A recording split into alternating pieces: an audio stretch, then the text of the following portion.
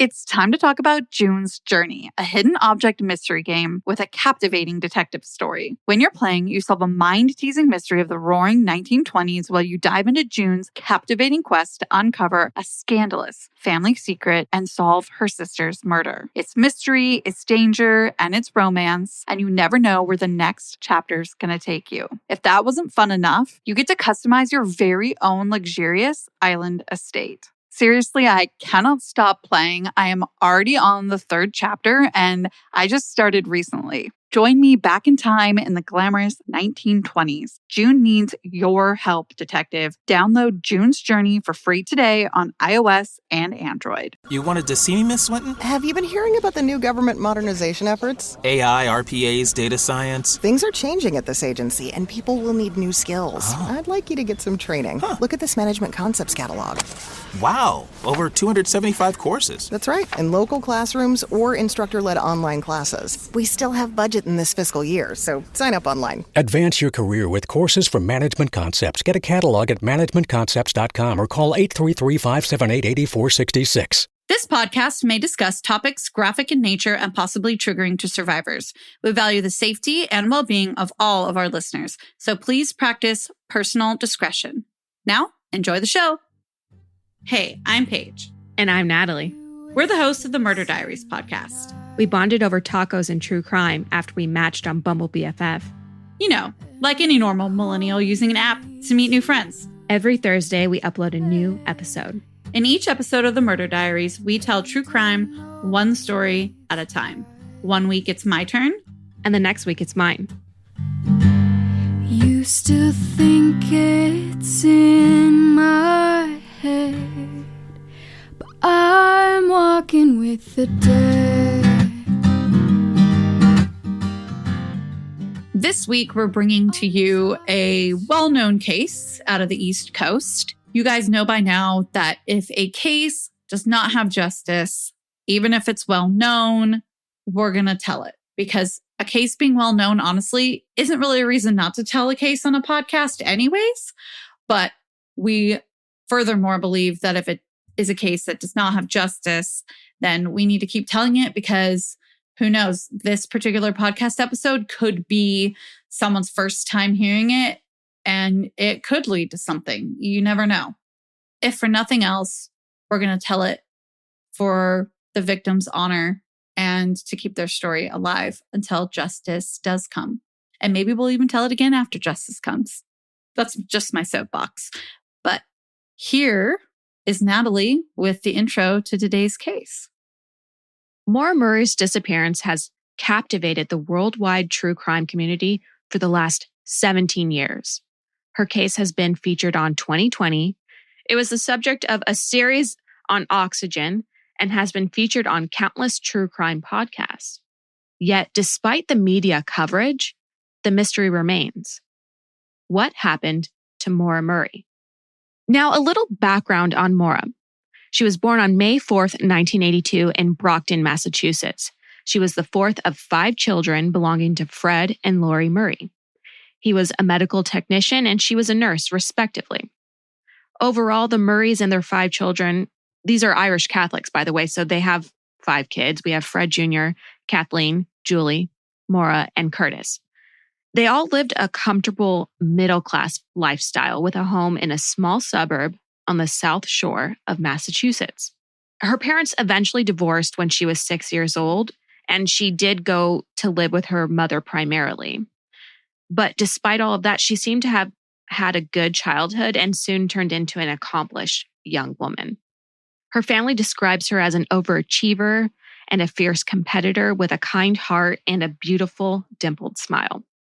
She excelled academically. We're talking straight A's, National Honor Society, an almost perfect score on the SATs, and she graduated at the top of her class at Whitman-Hanson Regional High School. She also excelled athletically. She played basketball, she ran cross country and track, and in track specifically, she broke several long-standing school track records, and at one point, she was 33rd in the country. That just really shows you what an athlete this girl was. Because of her academics and her athleticism, she was heavily recruited by multiple universities, but she didn't accept any of them. Instead, she received a congressional nomination from the late Senator Ted Kennedy and decided to join her sister Julie at West Point. Wow. West Point is a pretty big deal. Absolutely. This girl was the real deal. But after spending 3 semesters studying chemical engineering at West Point, she realized that the military lifestyle wasn't for her. So she left and transferred to the University of Massachusetts in Amherst to pursue nursing, which, I mean, she's following in her mom's footsteps. That's also another big deal. That wasn't just some loosey-goosey transfer, I'll go wherever. Amherst is known to be one of the top 100 schools in the world. You add nursing on top of that. Wow. So she's an achiever. Let's say that. That's so true. Now, there are a few things that happened before her disappearance, and her family says that they really have no relation to the fact that she disappeared. But I think as an independent podcast, it's our responsibility to present all the facts that we come across. And that's what I'm going to do. I think it's absolutely necessary to look at the general timeline and time frame around the time of someone's disappearance or someone's murder. It allows you to know what was going on a little bit, at least in their life, and the people involved in their life and what might have been going on for them. The thing that sometimes will get me about it is that, and I'm sure many of our listeners and you as well, Natalie, can relate, is that sometimes you're looking at these things and hindsight becomes like a thing, right? You start thinking about like, oh, well, we know that in 3 months they went missing. So that must mean that because they had that, it must mean that. That's an important piece, especially for a case that doesn't have justice yet, to like, think of theories. And if something comes up, you can let people in the family know or something. They all have email addresses. And to be honest, I do want to hear you. Natalie and I have been lucky enough to talk to a couple of people. And it can be important to them. And the thing they always say is that they are always willing to listen, the few that we have been lucky enough to speak with. But we also have to exercise that caution. And in Maura's case, there are a lot of things where you're just going, oh, I wonder if then if when she went missing on that night, if this. So let's kind of take it with that grain of salt where we're just kind of learning about the general timeline and, piece it out from there. This case has so much to it is, I guess, why I'm kind of going on this tangent. Absolutely. And if anything, it just gives us an insight into her frame of mind the months leading up to her disappearance. Is your daily grind getting you down? A ThermoSpa's hot tub may be the solution. Just a few minutes under those powerful soothing jets, and all your stress seems to melt away, like you're lying on a cloud of bubbles. You'll not only feel better, but sleep better too. Call 877-861-4672 now, and for a limited time, save $1,250. Call 877-861-4672 or visit thermospas.com to schedule a free on-site assessment. Imagine a vacation waiting outside your door when you get home. Discover a new way to escape the stress of everyday life. Picture soothing jets massaging your back, relieving all your aches and pains. Sleep soundly without medications or supplements. Call 1-877-861-4672 to get $1,250 in instant savings, including free delivery. Call 877-861-4672 now, or visit thermospas.com to schedule a free on-site assessment. We're now in November 2003. It's 3 months before her disappearance. And at this point, Maura admits to using a stolen credit card to order food from local restaurants. Fortunately for her, charges were to be dismissed after 3 months if she maintained good behavior. Now, fast forward once again to the evening of February 5th, 2004. Maura's working at her campus security job, and it's pretty late in the evening, around 10:30 p.m. She gets a call from her older sister, Kathleen, who is having relationship problems with her fiancé. And this conversation seemed to really weigh heavily on Maura, so much so that her supervisor arrived at her desk and could see that Maura was completely zoned out and had no reaction whatsoever In fact, the supervisor describes Maura as unresponsive. It's a really interesting descriptor. Just after a phone call with a sister. That's what I thought too. And it seems to have affected Maura so much that the supervisor ended up escorting Maura back to the dorm room around 1:20 a.m. And again, the supervisor is just trying to figure out what's going on. And she asks, what was wrong? Maura only gives 2 words and says, my sister. The contents of this call really remained unknown until October of 2017. And it's at this time that Kathleen lets, everyone know that the conversation was about Kathleen, who was a recovering alcoholic. She had just been released from rehab. And on the way home from rehab, her fiance had taken her to a liquor store. Was this unknown to only the public for 13 years, or did law enforcement also not know about the contents of this phone call until 2017? That's really unclear from all the resources I've looked at. Shocker. I mean, that's the name of the game with true crime podcasts. There's only so much information out there on every case that we do, but we try our best and, we piece together what we can. We didn't know until we had a podcast, but what Natalie said is so true. With that in mind, we're going to jump ahead 2 days. It's now Saturday, February 7th. Maura's father, Fred, arrives in Amherst, which is where she's going to college. He arrived because Maura's black 1996 Saturn sedan needed repairs, and he had told her not to be driving it. So he wanted to take her car shopping instead. They didn't get anything, but after that, they went to dinner with one of her friends, and following dinner, she took him back to the motel. But she didn't stay in for the night. Instead, she took his Toyota Corolla and returned to the campus to attend a dorm party. From what I remember about this case, her dad was pretty involved with this whole kind of car saga she had going on. And he'd even stuffed like a rag up like a tailpipe or something like that. I'm not 100% on all of this. I'm not like referencing a resource, but I do know that, he was very involved and he did that for some reason, and that you weren't supposed to drive it once the rag was like up there or something. It's like a really controversial thing with this darn case. Yes, you're right on the money. He absolutely stuck a rag up the tailpipe, and it was his way of fixing whatever problem temporarily. Yeah, it was basically just to hold the car over. And then, like you mentioned, now they're going to go car shopping. Right. And then dinner with her friend. And here we are. Here we are. She's driving his car. She goes to a dorm party. She's there from 10:30 p.m. and leaves around 2:30 a.m., which is now Sunday, February 8th. She's on the road for about an hour trying to get back to the dad's motel. And on her way there, she struck a guardrail on Route 9 in Hadley. This one car collision caused somewhere between $8,000 and $10,000 worth of damage, which really gives you an idea of how bad of a hit it was. And that's 2004 money. Mm-hmm.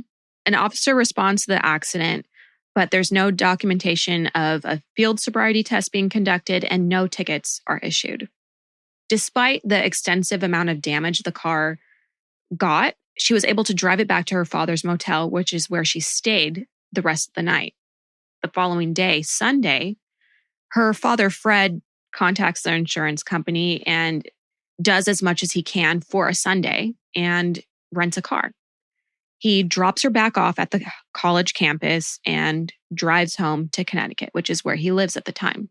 That night, around 11:30 p.m., he calls Maura once again and he reminds her, don't forget to get the DMV paperwork. We need to get all this paperwork done, send it to the insurance, whatever.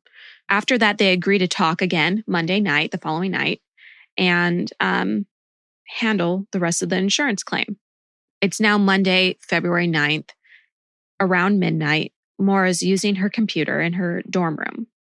She pulls up MapQuest for directions to the Berkshires and Burlington, Vermont, which is, as we now know, where her car is eventually found. Right. A few hours later, she has what is reported to be the first contact that she's had with anyone that day. Around 1 p.m., she emails her boyfriend. She tells him, I love you more, stud. I got your messages, but honestly, I didn't feel like talking too much to anyone. I promise to call you, though. Love you, Maura. She also made a phone call inquiring about renting a condo at the same association in Bartlett, New Hampshire that her family had vacationed at in years prior to this event. And telephone records indicate that the call lasted somewhere around 3 minutes. For whatever reason, the owner didn't end up renting to Maura, but this still plays a role in her story, so keep that in mind. In fact, her father, in hindsight, has said he thinks that's why she was on Route 112, because it connects Route 16 and Route 302 in the direction of Bartlett, which is where those condos were. He told a publication, "It's a road to Bartlett, which I'm sure she was going. She knows it like her backyard. We were in New Hampshire so much, at least 4 times a year. She was up there every year of her life." I think many of us have that place with our families, right? It's that place where it's almost more than just a vacation, like a home away from home, it sounds like. Yes. Later that same day, Maura submits her nursing homework electronically and then reportedly emails her professors. And these emails really wig out everyone that hears about this case. She tells her professors that there's been a death in her family and that she wouldn't be able to attend classes for at least a week, but she would contact them when she returned. But here's the kicker. There wasn't a death in her family. Her family has no idea why she would say this, but she did. This just seems so indicative of somebody who was just really trying to get some space, kind of get away, go somewhere, but also was kind of buttoning it up before they left, and just seems by all intents and purposes that they would be coming back, right? Keeping everything in line before they just took a quick vacation, for example, which is exactly what her dad is also saying it seemed like she was setting up to go do. That's so funny that you say that, because I had that same train of thought. She didn't drop out of school. Right. She's not ending her relationship with her boyfriend. She's telling them, "Hey, I'll talk to you later." Or she's telling the school, "I'll be back. I need a break. I need some time to gather my thoughts." And nursing school is no joke, and everybody deserves a break. And sometimes the only way out of it is to tell your professor that someone passed in your family, and you're going to go have a nice 3-day weekend, and you're going to come back nice and refreshed. Exactly. There is one more interesting thing about Maura's disappearance, or at least her time before the disappearance. For some unknown reason, she packed up all of her belongings in her dorm room and left behind a personal note to her boyfriend. Some resources say fiancé, but on the family's website for Maura says boyfriend. So that's what I'm going to go with. Definitely. Here on the Murder Diaries, we like to go by what the family says as much as possible when it comes to cases like Maura's. At 2:18 p.m., she calls her boyfriend, leaves a voicemail, and promises to talk to him later. And the call ends after a minute. The next day, which I'm jumping a little ahead in the timeline, so I'm going to come back, but I think it belongs here. The next day, the boyfriend receives a call that he believes was from Maura. She didn't say anything, but he could hear breathing. And he had no idea why she would be acting so bizarre, but this phone call has always stuck with him. At 3:15 p.m., she is all packed up. She's in her car that she's not supposed to be driving, by the way. Right. With the rag in the tailpipe, if you remember. But she's driving it. She goes to an off-campus ATM and withdraws $280, which is almost all of the money she had in her account. She then stops at a liquor store and purchases about $40 worth of alcohol, including Bailey's Irish Cream, Kahlua, vodka, and a box of Franzia wine. There's security footage that shows she was alone and she made the purchase all by herself. This is one of those moments where we were talking about a little bit ago when it comes to like hindsight, right? We know Maura disappears. So now we're wondering, well, why did she take all the money out of her bank account? You know, like what was going on in this very moment? Could it have something to do with it? And of course, it can be tempting and we have fleeting thoughts about what it might all mean, but all we can really do is take it for exactly what Natalie was saying, which is she took this money out of her bank account and then she went and bought some alcohol. That's all we can do with it, even though it's so easy to start getting into a bunch of different theories. You're so right. At the end of the day, all of that just ends up being speculation. There's a few things that we know, and that's it. Is your daily grind getting you down? A ThermoSpa's hot tub may be the solution. Just a few minutes under those powerful soothing jets, and all your stress seems to melt away, like you're lying on a cloud of bubbles. You'll not only feel better, but sleep better too. Call 877-861-4672 now, and for a limited time, save $1,250. Call 877-861-4672 or visit thermospas.com to schedule a free on-site assessment. She packed up her things. She bought alcohol. She withdrew all her money, and she ended up picking up the DMV paperwork she promised her dad she would. After that, she headed to New Hampshire. She did apparently use her cell phone to check her voicemail around 4:37 p.m., and that's the last recorded use of her cell phone. For younger listeners, back in the day when you wanted to check your voicemail, you would call your phone number to be able to do that. Then cell phones started getting these little voicemail buttons that you could hit and it would like auto dial your number. But either way, you had to make a phone call to check your voicemail. It's not like on your iPhone today where it's sitting there transcribed for you, ready to press play. I also want to connect on another thing you were talking about, which is when you were mentioning that she went ahead and picked up that paperwork that her dad told her to from the DMV. This is another one of those moments where we see that Maura is keeping in line with what needs to be done in life, but is maybe going somewhere before it's truly finalized. By all means, she was most likely intending to get that paperwork to her dad or to the insurance company, whoever needed it. You're right. Why would she go out of her way to go get the paperwork if she wasn't intending to return? But the weird side to all of it is that she didn't tell anyone what her plans were or why she was going to New Hampshire. She just packed up and left. That's the piece that totally doesn't make sense. Now it's around 7:27 p.m. that same night. Journalist Joe McGee, who wrote for the Quincy, Massachusetts Patriot Ledger, summarized the incident perfectly. So I'm going to read what he wrote. At a hairpin turn, she went off the road. Her car hit a tree.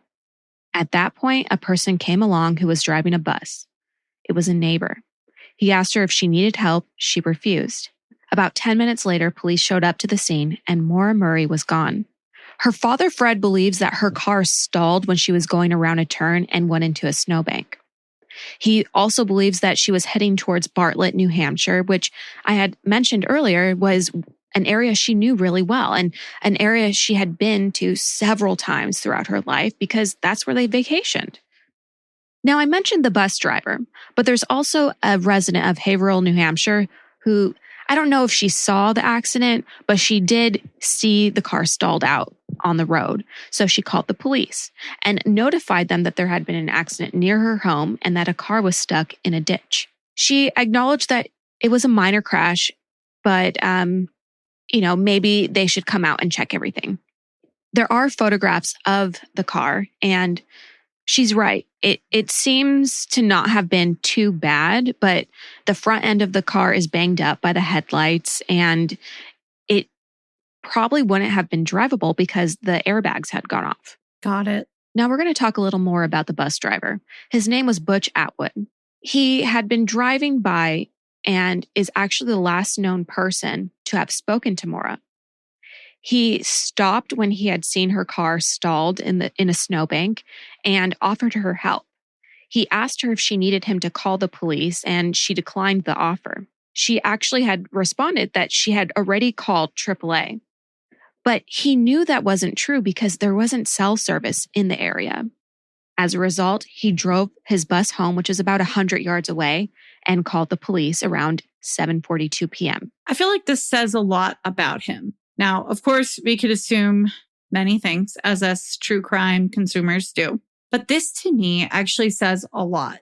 This is a man who said, I know this person needs help. Mm-hmm. Maybe they were a little bit afraid of being alone with me, a man, or whatever his thought process may be. But for 2004, this is pretty big. He saw a young woman that probably needed help and that he knew maybe lied about having called AAA and went ahead and called police for help. He had an intuition about the situation.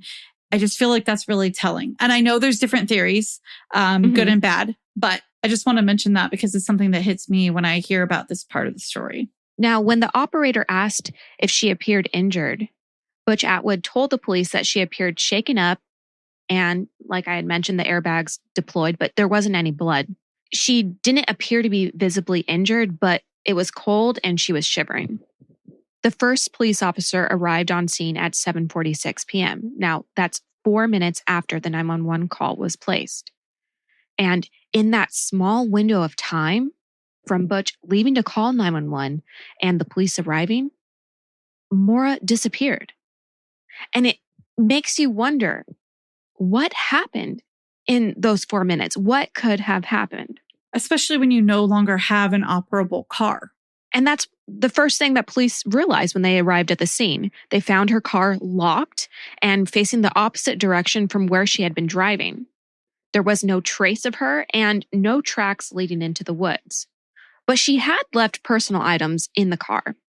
But her phone and credit cards were missing, so it was assumed that she had them with her. She also had a backpack and some alcohol in it. I want to talk really quickly about the car and the fact that it was locked. This was a 1996 vehicle. So if it did indeed have the automatic locks, then when you turn the car off, you take the keys out, you hit lock inside the car and then shut your door. It's why we all used to lock ourselves out of our cars because you could lock your keys inside the car. You can't usually do that with most cars today because your fob will recognize it's in the car. That didn't used to be the case. So this just shows that it was really an intentional lock because you could also accidentally leave your car unlocked all the time if you're kind of spacey or have just gone through a little bit of trauma, like a big car accident. So to me, it's just really telling and means something to me. I don't know how else to term it, that this car was locked. I'm so glad you brought that up because she actually did leave a few things in her car. She left textbooks, her running shoes, and changes of clothing. This tells me that she was planning on returning. She didn't want her stuff to be gone when she came back. The officers also noted that there was a box of red wine behind the driver's seat, as well as stains on the ceiling and door. There was also a Coke bottle that appeared to have a red liquid in it, but it's never been said in any of these documents that it was blood, just that it was red liquid. So I'll leave that for you to run away with your imagination.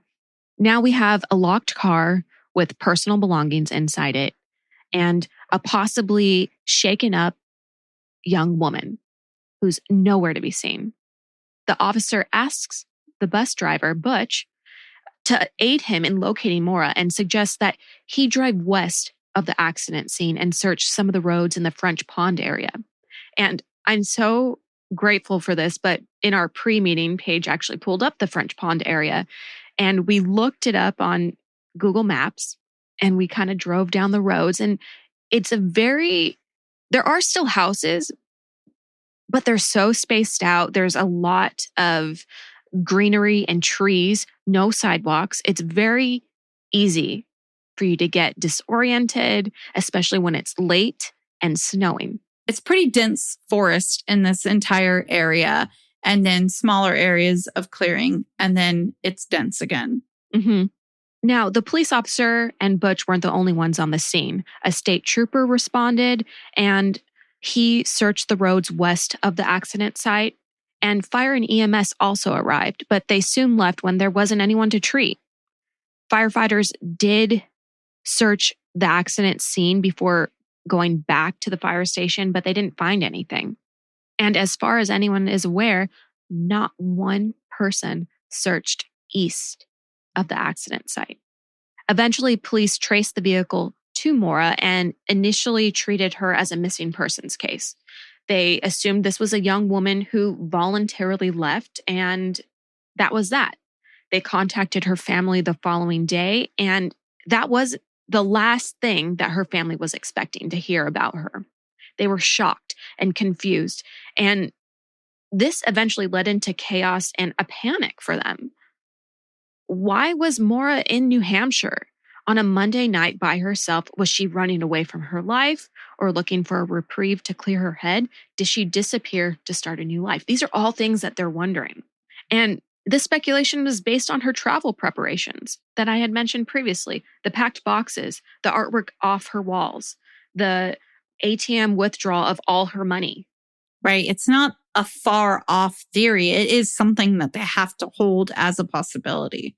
Because there's no evidence of foul play and no real leads, the case eventually goes cold. In 2009, her case is given to the New Hampshire Cold Case Division, and they start handling it as a suspicious missing persons case because things just aren't adding up. The Haverhill Police, New Hampshire Police, and Maura's family all extensively searched the site and the surrounding area in the days and weeks and years that followed the night of her disappearance. But like I said, it's February and it was snowing at the time. And it makes you wonder how much of that evidence was wiped away by the weather. Snow is definitely not a friend to evidence.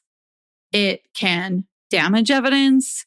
If it's a footprint or something like that, that's really telling, it's going to melt away. It's just not the best weather condition for evidence. No, it's not. But that didn't stop the Murray family. They continuously drove the 150 miles between Hanson, which is where they lived, and Haverhill, to look for her.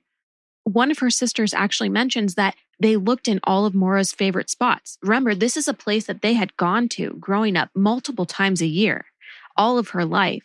They knew the area like her own backyard and like the back of their hands. And they know that she has specific spots that she liked. And even in those places, there was no evidence of Maura. And that led to more questions. Did she meet someone local to the area? Did she run into someone she knew from previous vacations out there? We don't know. That's the thing with this case. It seems to be made up of questions without answers. Her boyfriend, Bill Rausch, flew in from Oklahoma to aid in the search. There were flyers posted everywhere from Haverhill and into Vermont. And there was a $40,000 reward offered for tips leading to a break in the case. And it was crickets. There was nothing coming forward.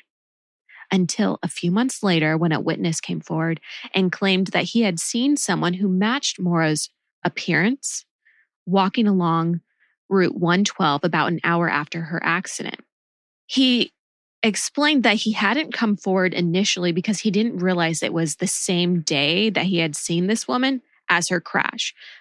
But, as news had covered the case and her disappearance, he put two and two together and decided that it was the right thing to do and call in.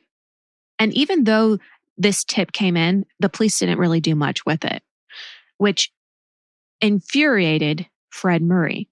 And rightfully so. This is his daughter. She's missing, and the police didn't look into it.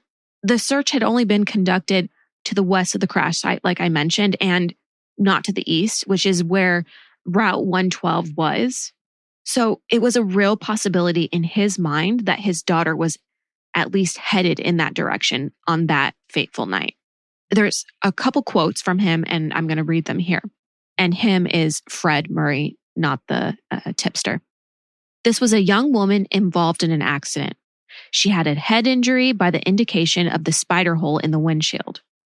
They know she is somewhere close by, and they don't go down the road to bring her to safety. If they had searched for my daughter, she would most likely be safely here now. You've got to give it to him. He's not hiding how he feels about the search for Maura and how it was handled, or at least at the time of that quote, how he felt about what was going on and the attempts to find his daughter. Honestly, Fred has been her biggest advocate in the 17 years since her disappearance. And, there have been other people. Her sisters and her brothers are all searching for her, but her dad has not given up hope. In fact, every spring since her disappearance, a private group searches the woods near the crash site, but they have never found any sign of Maura. With the time that has passed, her family has begun to realize that she may have met with foul play. And several things reinforced this theory for the family. There was a scent dog that lost Maura's scent right off the road, which indicates that she may have gotten into a vehicle. There's been no activity on her credit cards or phone in the 17 years, and nothing was found in the woods. Not keys, not her credit card, not her backpack, or the bottles of alcohol.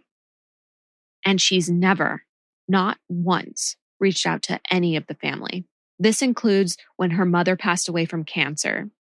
And her siblings and father know that if she had been around, regardless of starting a new life or whatever the theories are out there, she would have reached out. And that just didn't happen. Instead, her father believes that because she was in the middle of nowhere with no place to go due to the damaged car, she may have accepted a ride from a stranger. And that stranger may have taken advantage of her and killed her. Years pass, and the tensions between the Murray family and the police department continue to grow. It's now 2005, and they're upset with the lack of progress in the case. And who can blame them? Fred Murray doesn't take this sitting down, though. He petitions, suggesting that the state police department's refusal to release the 2,500 documents in her file pertaining, about her case was illegal. Because if they weren't going to investigate, he wanted to. But he was denied. Again, he challenges the ruling, and it's sent to the New Hampshire Supreme Court. In 2006, the court ruled in favor of the police department. They justified this by saying that it is still an active missing persons investigation, and the release of any documents could jeopardize a future prosecution. They're not wrong, but it is harmful to the family. Absolutely. And I think the police department realized that Fred Murray and his family wasn't going to go anywhere without any new information. As a result, they released some information to Fred and the rest of the family, but the bulk of the documents were heavily redacted and almost entirely useless. So they kind of did it to shut him up. That's how I saw it. It's exactly what it feels like. But this didn't stop the Murray family from conducting their own searches. In fact, there's actually a new search that led them to a basement in a home along Route 112. And this basement stood out to them for a very interesting reason. Two different and very respected cadaver dogs showed interest in this area on two separate occasions with two different handlers. What does that tell you? That something isn't right here. Ground penetrating radar was used, and it showed an anomaly or a disturbance underneath the cement, possibly indicating a body had been buried. In April of 2019, just 2 years ago, a team of a dozen FBI agents and detectives finally agreed to excavate the location. They searched several feet around and below the disturbed ground, but they didn't find anything except piping and some old pottery. And this was just devastating to Fred and the rest of the family. But they never gave up hope. And they continue to keep her story alive online through their own website, mauramurray.com. It's family run, and it was launched on her 38th birthday. Wow. So they just launched that because 2020 marked her 38th birthday.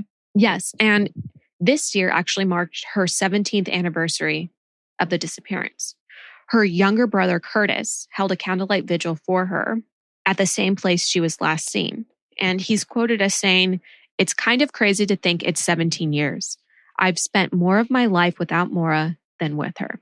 And that really gets me in the feels. I have goosebumps. Same. Her sister also says, "I truly believe someone has a missing piece to this puzzle, and maybe they don't even know it." And I think that really goes back to what you had said at the beginning of this episode, Paige. Mm-hmm. Maura doesn't have justice. Her family doesn't have justice. The people of New Hampshire and Massachusetts don't have justice. The true crime community doesn't have justice on behalf of Maura. This story needs to be told, and I think the more ears that hear it, there's a chance that a light goes off in their head, and they realize that they have the piece of information that could help. And that brings this episode to a close. This case, Maura Murray's disappearance is still an open investigation. It's still an active missing persons case.